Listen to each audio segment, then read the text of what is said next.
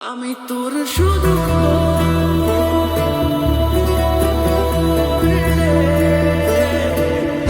আমি তোর শুধু তোর রে, তুই রাত আমি ভোর রে। এইভাবেই রক্তমাখা শরীরে দুজনে চলে এসেছিলেন দেশু সেভেনের প্রথম মিউজিক্যাল পোস্টার নিয়ে। এবার নূতন পোস্টার চলে এলো 15ই আগস্ট ঠিক বেলা 11টার সময়। যেই সময়খানিতে দেব বারংবার তার প্রমোশনাল কন্টেন্ট নিয়ে আসেন, আমরা সেইভাবেই অভ্যস্ত। আবারও বলি এই ভিডিওর শুরুতেও যে এই ভিডিওটি করতে কেন দেরি হলো, সেটা হচ্ছে 15ই আগস্ট উপলক্ষে দুদিনব্যাপী আমার বাড়ির আশেপাশে বিভিন্ন সাংস্কৃতিক অনুষ্ঠান চলে এবং যেহেতু মাইকে গান বাজনা হয় সেহেতু আমার ভিডিও করা সম্ভব হয় না, কেননা ভিডিও করলে সেই গানের যে আওয়াজ সেটা ভিডিওর মধ্যে চলে এলে কপিরাইটের আওতায় আমি পড়ে যাব। সেই জন্য প্রতি বছরের মতন এবছরও আমি 15ই আগস্ট থেকে এই 16ই আগস্ট অবধি ভিডিও করতে পারিনি, সেই জন্য দুঃখিত। এই বিশেষ পোস্টারটি আমার যতদূর ধারণা, যেটা আজ থেকে 12 বছর আগে প্রায় ধূমকেতুতে একটি সুপ্ত বাসনা ছিল যে ওই সিনেমাখানি কাশ্মীরে শ্যুট করা হবে, এবং সেই সময় যেহেতু কাশ্মীর অশান্ত অবস্থায় ছিল শ্যুট করা সম্ভব হয়নি। তবে আমি এ খবর পেয়েছি যে এই সিনেমার কোনো না কোনো দৃশ্য, বিশেষ করে কোনো গানের দৃশ্য কাশ্মীরেই শ্যুট করা হবে। বরফাবৃত পাহাড়ের মধ্যে হয়তো, বা কোনো ফুলের বাগানের মধ্যে, বা বিস্তীর্ণ কোনো পাহাড়ে ঘেরা সবুজ প্রান্তরে আমরা দেখতে পাবো দেব শুভশ্রীকে আর একবার। প্রায় 12 বছর 13 বছর পরে তাদেরকে একসাথে দেখব আমরা প্রত্যেকেই মুখিয়ে রয়েছি এবং টিকিটও সংগ্রহ করে ফেলেছি প্রায় প্রত্যেকেই। এবার পাশাপাশি এই পোস্টারটিতে আমরা কি দেখছি, গত পোস্টারের কথা যদি প্রথমে ধরি, একটি গাড়ি উল্টে রয়েছে, সেই গাড়ির উল্টানো অবস্থায় তার ওপরে দাঁড়িয়ে রয়েছেন দেব এবং শুভশ্রী। তাদের পুরো শরীর রক্তে মাখা, এবং সেখানে যে একটা বিশাল কিছু অ্যাকশন দৃশ্য ঘটে গেছে তার পরবর্তী সেই পোস্টারের দৃশ্যটি উঠে এসেছিল, সেটা কিন্তু পরিষ্কার হয় এবং তার প্রেক্ষাপট দেখে এতটুকু বোঝা যায় এই সিনেমায় অ্যাকশন দৃশ্য, ভায়োলেন্স প্রত্যেকটি ভরে ভরে থাকবে। আর পাশাপাশি যখন 15ই আগস্টে এরকম একটা সুন্দর দিনে একটি নূতন পোস্টার এলো, সেখানে শুধু প্রেমের ছোঁয়াই পেলাম। হ্যাঁ, একেবারে প্রেম আবৃত একটি মুহূর্ত। তারা বরফ আবৃত পাহাড়ের মাঝে একটি বাইকের ওপরে একে অপরের দিকে মুখ করে বসে রয়েছেন, তবে শুভশ্রীর কোলে মাথা দেবের। এ চিত্র কিন্তু বহু পুরনো। আগে এই দৃশ্য দেখে অনেকেই কিন্তু তাদের জীবনে প্রেম করা শুরু করেছিলেন, তাদের জীবনের প্রেমের অনুপ্রবেশ ঘটেছিল। আজকে তাদেরও বয়স হয়ে গেছে, তারাও বড় হয়েছেন, বেড়ে উঠেছেন, বা সেই সময়ের প্রেম পরিপক্কতা পেয়ে বিবাহ বন্ধনে আবদ্ধ হয়েছে। এরকমই একটা পরিস্থিতি যখন ফিরে ফিরে আসে এতগুলো বছর পরে, তখন যে ভালো লাগাটা আরেকটু বেশি হয়ে যায় সেটা কিন্তু অতি পরিষ্কার।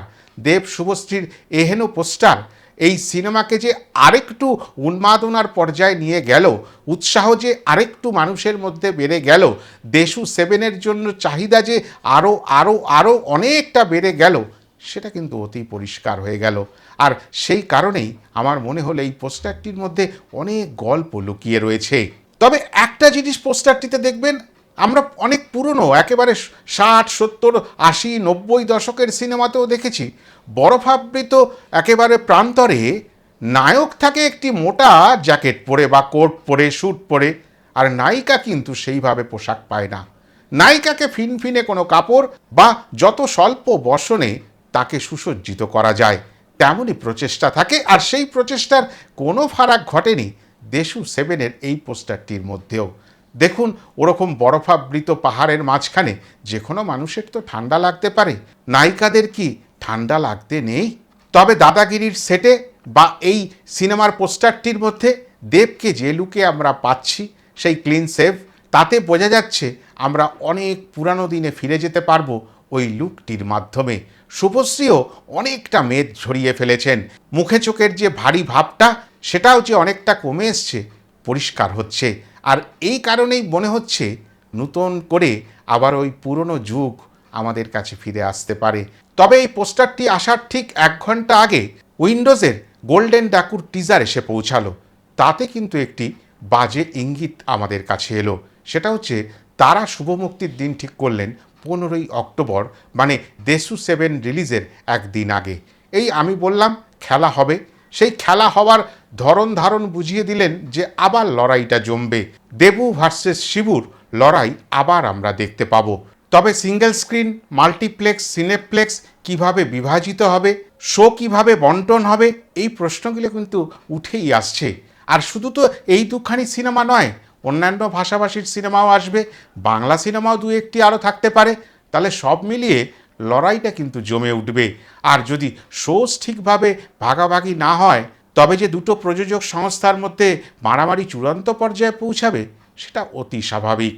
এবছর উইন্ডোজের আবার 25 বছর পূর্তি, একটু বাড়তি সুযোগ নেবার প্রচেষ্টাও দেখাবেন তারা। এই সব বিভিন্ন ভাবনা চিন্তা নিয়ে এখন থেকেই 2 মাস আগে থেকেই কিন্তু বিভিন্ন হিসাবপত্র শুরু হয়ে গেল।